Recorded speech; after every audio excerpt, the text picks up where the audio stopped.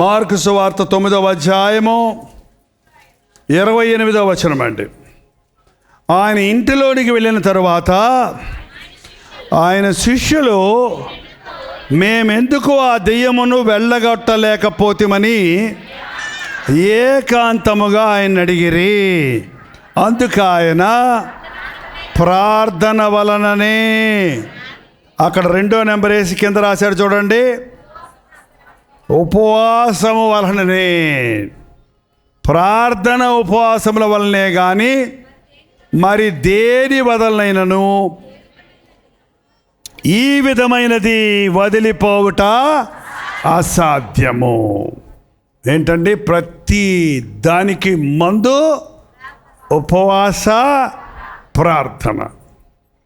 దురాత్మల నుంచి విడిపించబడడానికి, దురభ్యాసాల నుంచి విడిపించబడడానికి, సాతాను బిగబట్టిన వాటిని విడిపించుకొనడానికి, మన జీవితంలో ఉన్న శాపాల నుండి, పాపాల నుండి విడుదల పొందడానికి no tablets, no injections, no మంత్రాలు, నో మాయలు, కేవలం ఉపవాస ప్రార్థన.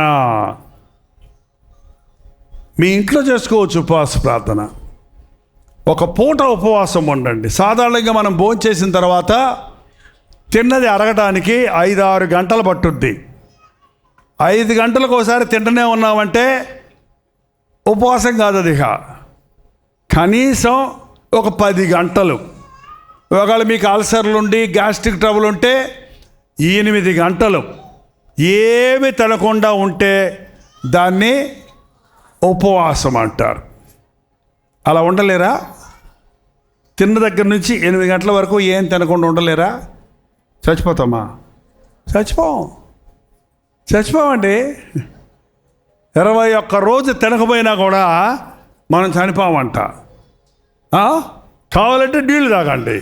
కొంతమంది నీళ్ళు కూడా తాగకుండా ఉపవాసం అంటారు. కానీ ఇప్పుడున్న పరిస్థితులకి నీళ్లు తాగటం వల్ల తప్పేమీ లేదు. యేసు ప్రభు 40 రాత్రులు 40 పగలు ఏం చేశాడు? ఏం ఉపవాసం ఉన్నాడు? చూడండి, 4వ అధ్యాయం లూకా సువార్త,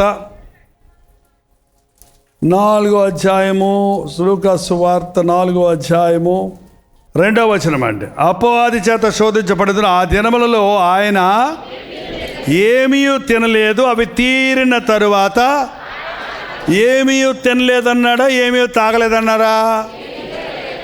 ఏమీ తినలేదు, కానీ నీళ్ళు ఏవో కొంచెం తాగే ఉంటాడు అన్నమాట. అక్కడెక్కడో అందులో కొండలోంచి వచ్చే కాసిన నీళ్ళు. కాబట్టి 40 రోజుల తర్వాత దాహం వేసిందా? ఆకలేసిందా? మనకు సాధారణంగా ముందు దాహం వేస్తుందా? ఆకలేస్తుందా? ముందు దాహం వేస్తుందండి. కావాలంటే నీళ్లు తాగి ఉపవాసం ఉన్నా తప్పేమీ లేదు. ఓకేనండి? అందుకని 4 బాటిల్ జ్యూస్ పెట్టుకోకుండా తాకండి. అందుకని ఉపవాసం అని చెప్పి కాఫీ కాసుకొని తాగుతూనే కూర్చోకండి. కాఫీ టీలు తాగుతూ ఏంటంటే రసాలు, పళ్ళ రసాలు తాగుతూ నేను ఉపవాసం ఉన్నాను, ఒక్క పొద్దున్నాను అని చెప్పుకుంటారు కొంతమంది. చెప్పుకోవడానికి కాదు మనం ఉపవాసం ఉండేది, మన మనసును దేవుని మీద లగ్నం చేయటానికి. మీ జీవితంలో 1 నెల రోజులు, వారానికి ఒక్కసారి ఉపవాసం ఉండి చూడండి. ఆ నెల రోజుల్లో మీ జీవితాల్లో అనేక విషయాల్లో అద్భుతాలు జరగకపోతే నాకు మెడ్రాస్ వచ్చి అడగండి, రాలేకపోతే వాట్సాప్ పెట్టండి. మీరు చెప్పినట్టు మేము ఉపవాసం ఉన్నాం, మేము ప్రార్థించాం, మాకు జవాబులు రాలేదు, మాకు మేలు జరగలేదు అని అనవలసిన అవసరం లేదు. నీ భర్త మారాలన్నా, నీ బిడ్డలు మారాలన్నా, మీ పరీక్షల్లో పాస్ అవ్వాలన్నా, మీ అప్పులు తీరాలన్నా, మీకు గర్భఫలం కలగాలన్నా, మీకు ఉద్యోగం కావాలన్నా, మీకు ఉన్న పోరాటాల్లో, శత్రుత్వంలో ఏంటంటే చాలామంది ఆస్తుల విషయంలో వాళ్ళకి రావాల్సిన ఆస్తి అన్యాయంగా పోతుంది. వాళ్ళు ఎన్ని కోర్టులకు ఎక్కుతున్నారు, ఎన్నిసార్లు లాయర్ల దగ్గరికి వెళ్తున్నారు, కానీ న్యాయం జరగటంలా. కానీ నాకు మొర్రపెట్టు, నేను నీకు ఉత్తరం ఇస్తాను. నా యందు విశ్వాసం ఉంచు, నీకు నేను అద్భుతాలు చేస్తాను. మీ అందరి కోసం నేను ఉపవాసం ప్రార్థన చేస్తాను, మీరు కానుకలిచ్చిపోండి అని చెప్తూ సులభం ఏంటంటే. కానీ మీరు ఉపవాసం నేర్చుకుంటే మీ సమస్యలన్నిటికీ ఎప్పటికప్పుడు పాస్టర్ గారు అని ఫోన్ చేయక్కర్లేదు, నువ్వు సీసా తెచ్చుకోక్కర్లేదు, నీవే నీ దేవునికి మొరపెట్టుకోవచ్చు. దేవునికి నీ నరులకు నువ్వు మధ్యవర్తి ఒక్కడే అని మా పాస్టర్ గారు. మీ పాస్టర్ గారా? మా పాస్టర్ గారా? పాస్టర్ గారు కాదు, దేవునికి నరులకు మధ్యవర్తి ఒకడే ఆయన ప్రభు అయినా నా నామములో మీరు ఏమడిగినా ఇస్తానన్నాడు. మీకు జ్ఞానము కొదువుగా ఉంటే నన్ను అడగండి, కానీ సందేహిస్తే ఏం దొరకదు. నీవు అడిగినా దొరకలేదంటే నువ్వు నమ్మకుండా అడిగావన్నమాట. విశ్వాసము లేకుండా దేవునికి ఇష్టడిగా ఉండటం అసాధ్యం. ఒకరోజు ఒక ఆమె ఇలాగ మీటింగ్కి వచ్చిందటండి. విశ్వాసాన్ని గురించి వాక్యం వినింది. ఆవగింజంత విశ్వాసం ఉంటే ఈ కొండెళ్ళి సముద్రంలో పడిపోద్ది అని ప్రసంగం విని ఇంటికి వెళ్ళి ప్రార్థన చేయటం మొదలుపెట్టిందంట. ఆమె ఇంటి ముందు ఈ దెబ్బలాగా ఆ మున్సిపాలిటీ వాళ్ళు మట్టి కొట్టేసి గుమ్మ ముందు వేసారంటండి. అది తీయటం లేదు ఎవరు అంట. సేమ్ ఏమో ప్రార్థన చేసిందంట, ప్రభా ఈ దెబ్బెలపై కాళ్ళ పడిపోవాలి, ఈ దెబ్బెలపై కాళ్ళ పడిపోవాలి, ఈ దెబ్బెలపై కాళ్ళ పడిపోవాలి, ఈ దెబ్బెలపై కాళ్ళ పడిపోవాలి అని పొద్దున్న దాకా ప్రార్థన చేసిందటండి. పొద్దున్నే ప్రార్థన చేసి తలుపు తీసిందంట, దెబ్బ అక్కడే ఉందంట. ఆమె అందంట, నాకు ముందే తెలుసు ఇది పోదని. ఇది పోదని అంటే ముందే తెలుసు అంటే విశ్వాసంతో చేసిందా? పోదలే దెబ్బెలపై కాళ్ళబడి, అదట్ట పోదలే దెబ్బెల్లి పోదలే చూద్దాంలే, దెబ్బెలపై కాళ్ళబడబడి నిజంగా దేవుడు అయితే చూపిద్దాం చూద్దాం, దెబ్బెలపై అదెట్ట కుదరదు. నమ్మటం అనేది ఇంకా అవిశ్వాసం, అందులో చోటు లేదు మనకు. అందుకే అడుగుతున్నాం, ప్రార్థన చేస్తున్నాం, జవాబు రాలేదు అంటున్నాం.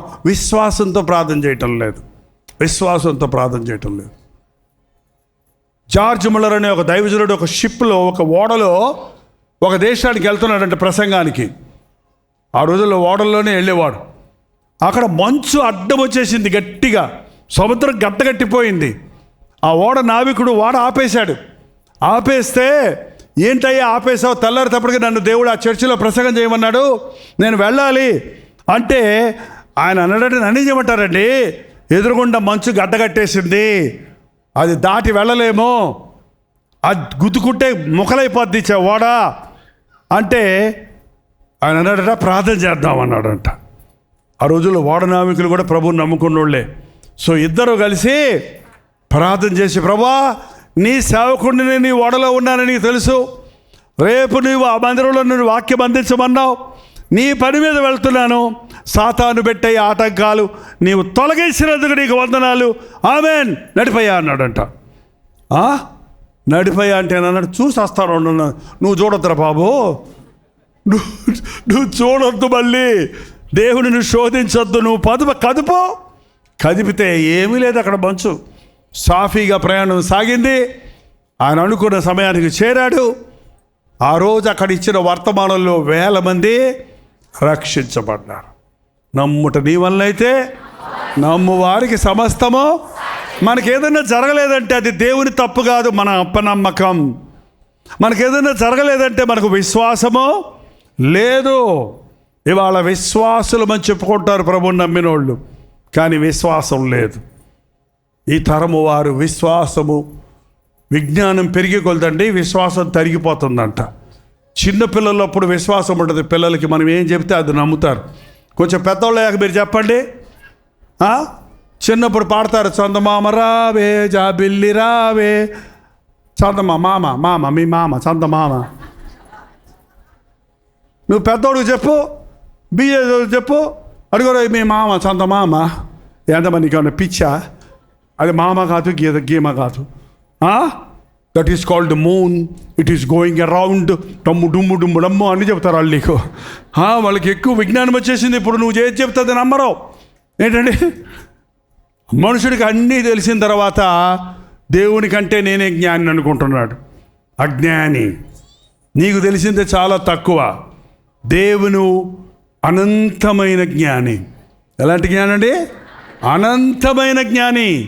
నిన్ను నన్ను సృష్టించినప్పుడు దేవుడు తన ఆకారంలో తన స్వరూపంలో చేసుకున్నాడు. నిజంగా మీరు ఎప్పుడైనా ఆలోచించారో, నేను చాలాసార్లు ఆలోచించి నవ్వుకుంటుంటాను.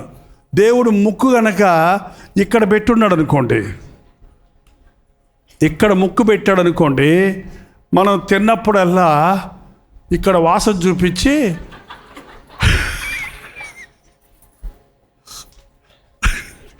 తినేటప్పుడు అది కుళ్ళిపోయిందా, అది మంచి వాసన వస్తుందా, మనకు తెలియకుండానే ముక్కు ఓకే చెప్తే కానీ నోట్లోకి అది వెళ్ళదు.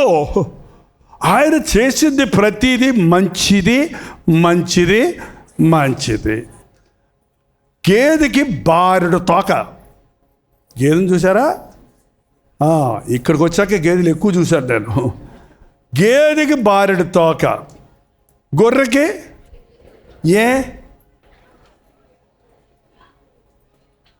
గేదెకి మీద దోమలు వచ్చి కుడుతున్నప్పుడు తోక తీసుకొని వేస్తుంది ఒకటి. దాని కుచ్చులు ఉంటాయి కదా, దాన్ని ఏదన్నా వచ్చిందంటే దాన్ని వేసి నున్నగా ఉంటుంది కదా పాపం, అవి కోత వేసి కొట్టు చంపేస్తుంది. గొర్రెకి దానికి ఆల్రెడీ జుట్టు ఉంది, అయ్యట్టకు వస్తాయి. ఈ దోమలు చేరితే ఇట్టే పోతాయి అంతే. దాని తోక అక్కర్లా, కాబట్టి చిన్న తోక పెట్టాడు. ఏంటంటే ఇలా దేవుడు చేసింది ఏది ఆలోచించినా ఆయన చేసిందంతా మంచిది మంచిది మంచిది. ఆ దేవునికి తాతకు దగ్గులు నేర్పించేవాళ్ళు ఉన్నట్టు దేవునికి చాలామంది దేవుడు లేడనేవాళ్ళు, ఏది పడితే దేవుడు అనుకునేవాళ్ళు. దేవుడు చాలా ఓల్డ్ ఫ్యాషన్, పాతకాలపు దేవుడు అనేవాళ్ళు. కాదండి, ఆయన నిన్న నేడు నిరంతరము ఏకరీతిగా ఉన్నాడు. నీ జీవితంలో అద్భుతాలు చూడాలంటే మళ్ళీ అదే చెప్తున్నాను నేను పాయింట్. ఏంటది? ఉపవాసం ఉండి ప్రార్థించండి. నీవు ఊహించిన దానికంటే నేను ఎక్కువ చెప్తాను. 33వ అధ్యాయము ఇర్మీయా గ్రంథం 3వ వచనం కూడా చదవండి. నాకు మొర్ర పెట్టము, నీకు ఉత్తరం ఇచ్చదను. ఏమన్నారు? చదవండి. 33:3. నాకు మొరపెట్టుము, నేను నీకు ఉత్తరం ఇచ్చదను. నీవు గ్రహింపలేని గూఢమైన గొప్ప సంగతులు నీకు. అబ్బా, దేవునికి మొరపెడితే నీకు అర్థం కానివన్నీ అర్థమయ్యేటట్టు చేస్తాడంట. నువ్వు ఊహించని కార్యాలు నీకు జరిగిస్తాడంట. నీకు అర్థం కాని విషయాలను నీకు అర్థమయ్యేటట్టుగా చేస్తాడు. ఆపత్కాలంలో మొరపెట్టమన్నాడు. ఇంకో చోట కీర్తన 50:15. కీర్తన 50:15. ఈ 2 నెంబర్లు గుర్తుపెట్టుకోండి, ఫోన్ నెంబర్లు. మీ ఫోన్ నెంబర్కి ఫోన్ చేస్తున్నామండి, అతడు లేదంటారు మమ్మల్ని. మా నెంబర్లు బిజీగా ఉంటాయి, ఈ నెంబర్లు ఎప్పుడు ఖాళీగానే ఉంటాయి. ఏదండి? 5015. చదవండి. ఆపత్కాలంలో నన్ను గురించి మొరపెట్టుము, నేను నీకు ఉత్తరం ఇచ్చదను, నీవు నన్ను మహిమపరిచదు. ఆపత్కాలంలో నాకు ఫోన్ చేయి. ఎవరికి? నాకు కాదు. ఎవరికి? దేవునికి చెప్పు. నేను నిన్ను విడిపిస్తా, నేను నిన్ను విడిపిస్తాను. నేను నీ మీదకు వస్తున్న సాతాను నోట్లో నుంచి నేను నిన్ను తప్పిస్తా. నీ మీదకు పొంగి పొరలు వస్తున్న వరదలో నుండి నిన్ను తప్పిస్తా. నీ చుట్టుముట్టిన సాతాను శక్తుల నుండి నిన్ను విడిపిస్తా. నీ మరణము నుండి నేను నిన్ను తప్పిస్తా. నీ రోగములు నేను స్వస్థపరుస్తా. ఆపత్కాలములో నాకు మొరపెట్టు, నేను నీకు ఉత్తరం ఇస్తాను. ఇంకోటి, ఆపత్కాలం వచ్చినప్పుడే మొరపెడతారా దేవుడికి? అక్కర్లే. ఆపదలు వచ్చినప్పుడే కాదు ప్రార్థన చేసేది, ఎప్పుడూ ప్రార్థన చెయ్యాలి. నాకు మొరపెట్టు, నీకు అర్థం కాని ఘోరమైన సంగతులను, గొప్ప సంగతులను నీకు తెలియజేస్తాను. బైబిల్లో యోసేపు ఉన్నాడు చూడండి. చిన్నప్పటి నుంచి దేవుడు ప్రేమించాడు. అన్నలందరూ చెడ్డపనులు చేస్తుంటే వాడు అందులో పాల్గొనలా. దేవుడు అతనికి దర్శనాలు చూపించాడు, గొప్ప గొప్ప దర్శనాలు చూపించాడు. ఆ యొక్క ఏమంటారు, మనం వరికి అర్థం చూసారా? కట్టలో ఏమంటారు? పనలు. ఆ పనలు నాకు వచ్చి మొక్కుతున్నాయి అంటే నీకంతా మేము మొక్కుతామా, కలలుగా ఉండేవాడా అని ఎగతాళి చేశారు. మళ్ళీ ఇంకోసారి వస్తే సూర్యుడు చంద్రుడు కూడా మొక్కుతున్నాడు, నక్షత్రాలు మొక్కుతున్నాయంటే అంటే మేము కూడా అన్నారా అని వాళ్ళ తల్లిదండ్రులు కూడా నమ్మలేదు. కానీ యోసేపుకి అది నిజంగా జరిగింది. ఎప్పుడు జరిగింది? ఐగుప్తులోకి వెళ్ళినప్పుడు ఏ అన్నలైతే తాళ్ళతో కట్టి గుంటలో పడేసి అమ్మేశారో అదే అన్నలు సంచులు పట్టుకొని అన్నదాతగా ఉన్న యోసేపు దగ్గరకు వచ్చి అడుక్కు తినే స్థితిలో వచ్చి నిలబడ్డప్పుడు, వాళ్ళకి నమస్కారం చేస్తూ నిలబడ్డప్పుడు దేవుడు అప్పుడే చూపించిన ఆ గూఢమైన సంగతులు అక్షరాల నెరవేరాయి. మీ జీవితంలో దేవుని వాగ్దానాలు తీసుకోవడం అలవాటు ఉందా? పాస్టర్ గారు బైబిల్లో జనవరి 1వ తారీఖు ప్రింట్ చేసి ఇచ్చిన వాగ్దానం కాదు నేను మాట్లాడేది. మీ మట్టుకు మీరు వాక్యాన్ని చదువుతున్నప్పుడు దేవా నాతో మాట్లాడు అని చదివితే దేవుడు మీతో మాట్లాడతాడు, మీకు మాట ఇస్తాడు. బైబిల్లో ఉన్న వాగ్దానాలు 30,000 వాగ్దానాలు ఉన్నాయి. ఎన్నున్నాయి? మరి నీకెన్నున్నాయి? ఓటు కూడా లేదా? బైబిల్ ఉందా? చూసారా? మనకి ఎన్నో ఇవ్వాలని ఆశపడుతున్నాడు. ఆయన మన కొరకు సిద్ధపరిచినవి కంటికి కనబడవు, చెవికి వినబడవు, హృదయానికి గోచరం కావు. దాన్ని నీవు ప్రార్థనలోనే తెలుసుకోగలుగుతావు. దాన్ని నీవు ఆయన వాక్యములో ఆయన ఇచ్చిన వాగ్దానాలు నమ్మితే చూడగలుగుతావు. బుద్ధి, విజ్ఞాన, సర్వ సంపదలు ఎక్కడున్నాయండి? యేసు ప్రభువులో పెట్టి ఆయన మనకు దేవుడు ఇచ్చాడండి. యేసుక్రీస్తు నమ్మినవాడు దరిద్రుడు కాదు, యేసుక్రీస్తు నమ్మినవాడు అజ్ఞాని కాదు. బుద్ధి, జ్ఞానాలు, సర్వ సంపదలు ఆయనలో గుప్తమై ఉన్నాయి. అక్కడ ముఖ్యమైన పాయింట్, గుప్తం అంటే దాచబడి ఉన్నాయి. అవి వెతికిన వాళ్ళకే దొరుకుతాయి, అది నమ్మిన వాళ్ళకే దొరుకుతాయి, అది అడిగిన వాళ్ళకే అనుభవిస్తారు. ఒక యాపిల్ పండు, ఒక ఏమంటారు దానిమ్మ పండు, ఎర్రటి యాపిల్ పండు, బూడిద రంగులో ఉన్న దానిమ్మ పండు అక్కడ పెట్టి ఓ చిన్న బిడ్డను తీసుకోమంటే ఏది తీసుకుంటుంది? ఈ ఎర్రగా ఉందని, నున్నగా ఉందని ఈ యాపిల్ పండు తీసుకుంటుంది. యాపిల్ పండు తింటే అందులో నీళ్లు తప్ప ఏమీ లేవని చెప్తున్నారు ఇప్పుడు. కానీ దానిమ్మ పండు పైకి బూడిద రంగులో ఉంది, దాన్ని పగలగొడితే ఏముంటాయి? ఇప్పుడు వచ్చే దానిమ్మ పండ్లు గింజలు ఎర్రగానే లేవులేండి. ఎర్రగాను లేవు, నోట్లో వేసుకుంటే పొల్లగాను లేవు, తీయగాను లేవు. ఇది ఎవరికి చెప్పడాలకు అర్థం కావట్లేదు. కానీ ఆ రోజుల్లో ఆ తోలు ఇప్పితే నిగనిగనగనగలు ఆడుతుంటే ఆ దానిమ్మ గింజలు చూస్తుంటే నోరు ఊరిపోతుంది. ఆ దానిమ్మ గింజలు నోట్లో వేసుకుంటే పుల్ల పుల్లగా, తీయగా, అంతేకాదు మంచి రక్తం పట్టుద్ది, ఆరోగ్యానికి ఎంతో. యేసుక్రీస్తు పైకి చూడడానికి అలాగే ఉన్నాడు, కానీ ఆయన నమ్మిన వారికి ఆయన ఎంత గొప్పవాడో అర్థమవుతుందండి. ఆయన చూడనల్లని వాడిగా ఉన్నాడు, మనుషుల చేత తృణీకరించబడిన వాడిగా ఉన్నాడు. చూడండి, యెషయా గ్రంథం 53వ అధ్యాయం. రెఫరెన్స్లు చెప్పకుండా చెప్పేస్తే నా టైం కలిసి వస్తుంది. కానీ మీలో చాలామంది బైబిళ్ళు ఉన్నాయి, బైబిల్లో చూడాలని, నేను చెప్పే మాటలు బైబిల్లో ఉన్నవో లేవో అని తెలుసుకుంటారని చెప్తున్నాను. నా 3వ వచనం అండి. అతడు తృణీకరించబడిన వాడాయను, మనుషుల వలన విసర్జించబడిన వాడాయను, వ్యసనాక్రాంతుడిగాను, వ్యాధిని అనుభవించేవాడిగాను, మనుష్యులు చూడనల్లని వాడిగాను ఉండెను. ఏంటంటే అతను చూస్తానికి మనుషులకి ఇష్టం లేదంట.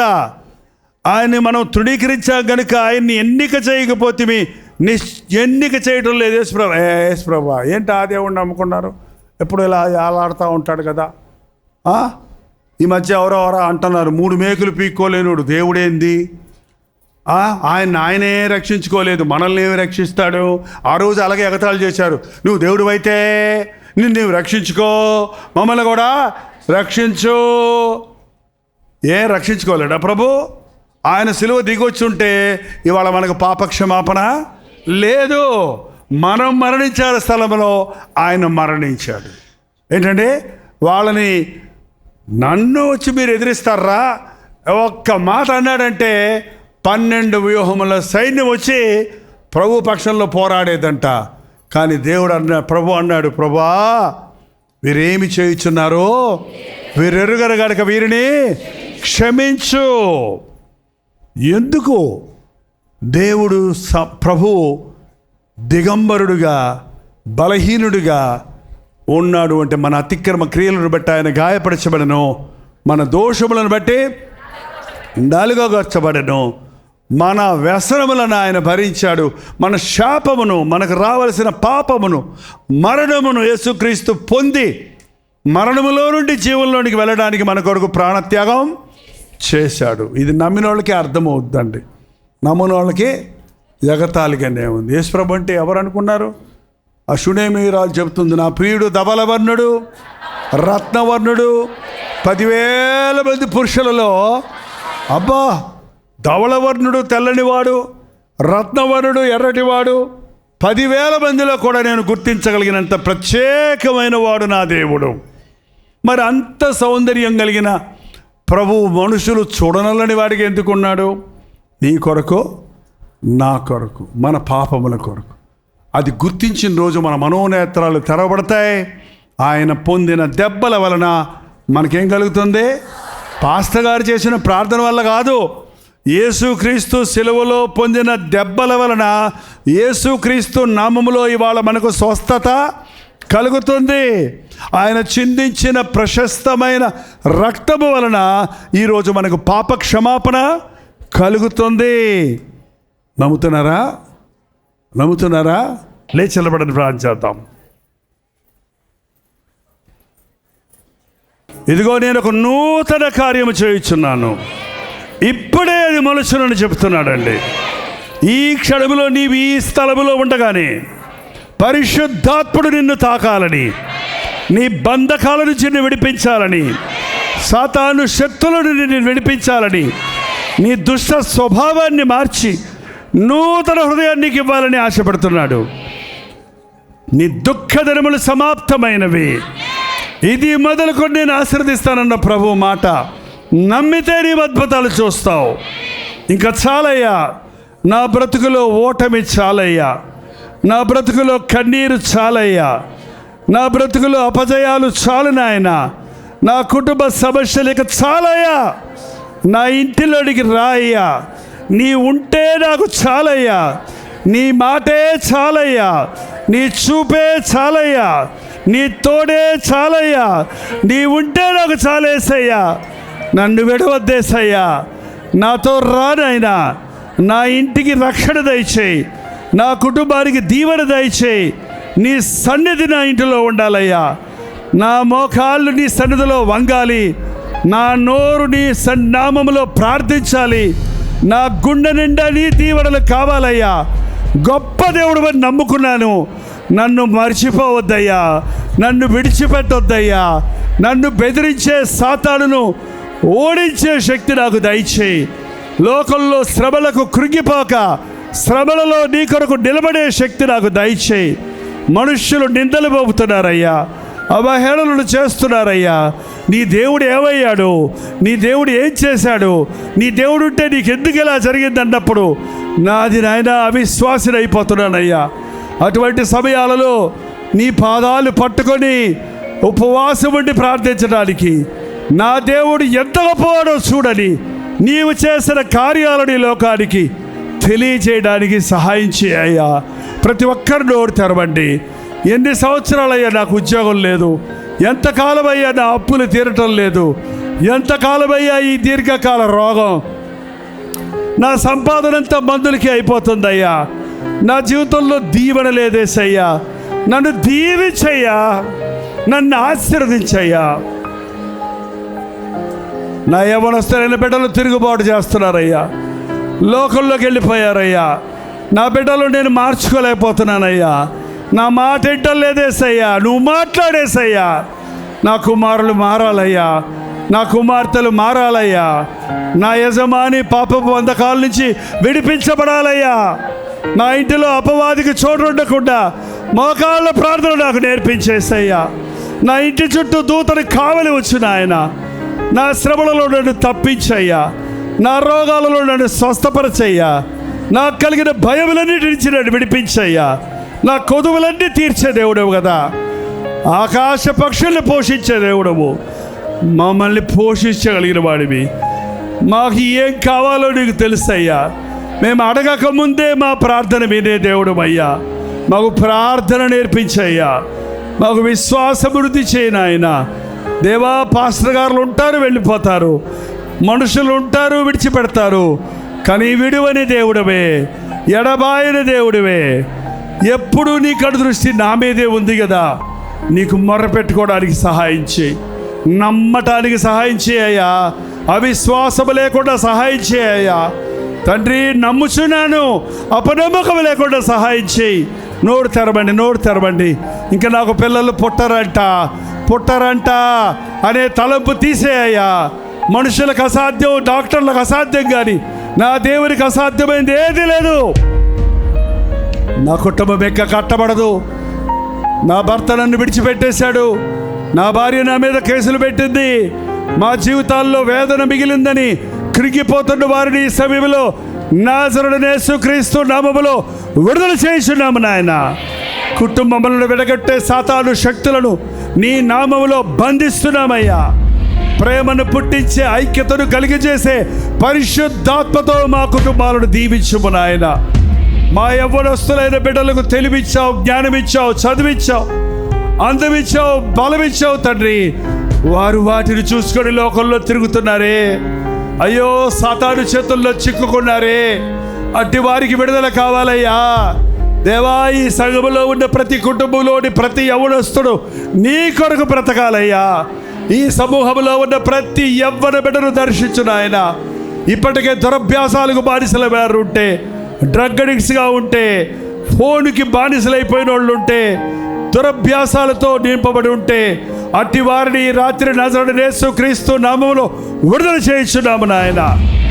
త్రాగుబోతులను నజరేయుడైన యేసుక్రీస్తు నామములో విడుదల చేయించున్నాము నాయన. ఉపవాసం వల్ల, ప్రార్థన వలన అపవాది శక్తులతో పీడించబడుతున్న వారిని విడిపించవచ్చని నువ్వు చెప్పినట్టుగా, ఇదిగో నీ సన్నిధిలో కన్నీటి ప్రార్థనతో, ఉపవాస ప్రార్థనతో ఎప్పటికప్పుడు మా ఇళ్ళ చుట్టూ కంచె వేసుకున్నటకు, అపవాదికి చోటు లేకుండా నాశనానికి, కీడుకు, అపవిత్రతకు, శోధనకు, దుష్టుడికి ఏ విధమైన స్థలము మా హృదయములలో కానీ, మా హృదయములలో కానీ, మా గృహములో కానీ లేకుండానట్లుగా నజరేయుడైన యేసుక్రీస్తు నామములో ప్రతి విధమైన అపవాది శక్తులను పారదోలుచున్నాము తండ్రి. వాయుమండల అధిపతులను బంధిస్తున్నాము నాయన. పరిశుద్ధాత్మను మా మీద కుమ్మరించయ్యా. పరిశుద్ధులుగా బ్రతుకుటకు సహాయం ఇచ్చేయి. ప్రతి శోధన తప్పించు నాయన. ప్రతి రోగము నుంచి స్వస్థపరచు ప్రభువా. ప్రతి కీడు నుండి తప్పించు నాయన. మా జీవితాల్లో ఉన్న శాపాలు ఆనాడు కల్వరి సిలువలో నువ్వు భరించావు కనుక నాయన, మాకు నీ దీవెన దయచేయ. అతడు చేయునదంతయు సఫలమగునన్న మాట నెరవేర్చు. పంటలు పండించే వారికి సమృద్ధిగా పండుటకు సహాయం ఇచ్చేయము. వృత్తి చేసే వృత్తులలో అది ఏ పనైనా ఆ పనిలో నైపుణ్యత, దీవెన, సఫలత చూడటానికి సహాయం ఇచ్చేయము. మా యవ్వన బిడ్డల స్టడీస్లో నాయన నీవు కృప చూపించి ఉన్నతమైన మార్కులతో పాస్ అవ్వడానికి సహాయం ఇచ్చేయము. మంచి గొప్ప వారిగా నీ సాక్షులుగా ఉండినట్లు వారి ప్రయత్నాలు సఫలపరచము నాయన. వారి చదువులలో నిన్ను మహిమపరచుటకు సహాయం చేయము. ఆటంకపరచు ఆత్మలను, అభ్యంతరపరచు దురాత్మలను నజరేయుడైన యేసుక్రీస్తు నామములో బంధించుచున్నాము నాయన. ఈ ఆవరణలోనికి తెచ్చిన ప్రతి ఒక్కరిని వెరుగుదువు గనుక, ప్రతి ఒక్కరికి నీవు జవాబు ఇవ్వగలిగిన దేవుడిగా ఉన్నావు గనుక, ఏ గుండెల్లో నుంచి ఏ మూలుగు వినపడుతుందో, ఏ నిట్టూర్పులు వినపడుతున్నాయో, ఏ ప్రార్థన వినపడుతుందో, ప్రతి వారి హృదయ వాంఛలు తీర్చినందుకై వందనములయ్యా. మేము అడక్కముందే మా కొరకు అన్ని సిద్ధపరిచిన గొప్ప దేవా, ఇంత గొప్ప దేవుడు నా దేవుడిగా ఉన్నావు, నీకు వందనములయ్యా. ఆ కృతజ్ఞత మాకు దయచేయి నాయన. అంతవరకు నమ్మకంగా ఉండడానికి సహాయం ఇచ్చేయి. రోజు నీ వాక్యం విని ప్రార్థించుకునేవారిగా, నీ సన్నిధిలో నీ సాక్షులుగా బ్రతుకు వారిగా ఉండుటకు కూడి వచ్చిన ప్రతి ఒక్కరిని దీవించము. తిరిగి వెళుతుండగా ప్రతి ఒక్కరికి క్షేమమైన ప్రయాణాలు దయచేయము. నిశ్చితమైతే నీ రాకడ, ఆలస్యమైతే మరల మేము కలుసుకోవడానికి అవకాశాలు అనుగ్రహించమని యేసుక్రీస్తు నామములో అడుగుచున్నాను తండ్రి, ఆమేన్. మన తండ్రి అయిన దేవుని యొక్క ప్రేమయు, కుమారుడైన క్రీస్తు యొక్క కృపయు, ఆరాధనకర్త అయిన పరిశుద్ధాత్మ యొక్క సహవాసమును కూడి వచ్చిన మనందరికీ ఇప్పుడును సదాకాలమును లైవ్లో వీక్షిస్తున్న వారికి తోడై ఉండును గాక. ఆమేన్, ఆమేన్, ఆమేన్.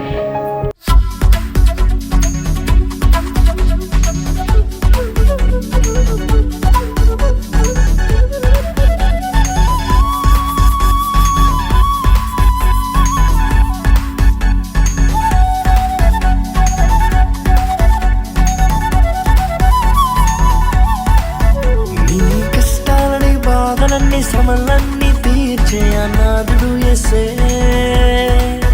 నీ కష్టాలని బాధలన్నీ శ్రమలన్నీ తీర్చే అనాథుడు యేసే. ఆది నుండి ఉన్నవాడు ఆ దేవుడు, అద్భుతాలు చేసేవాడు నా యేసుడు. ఆది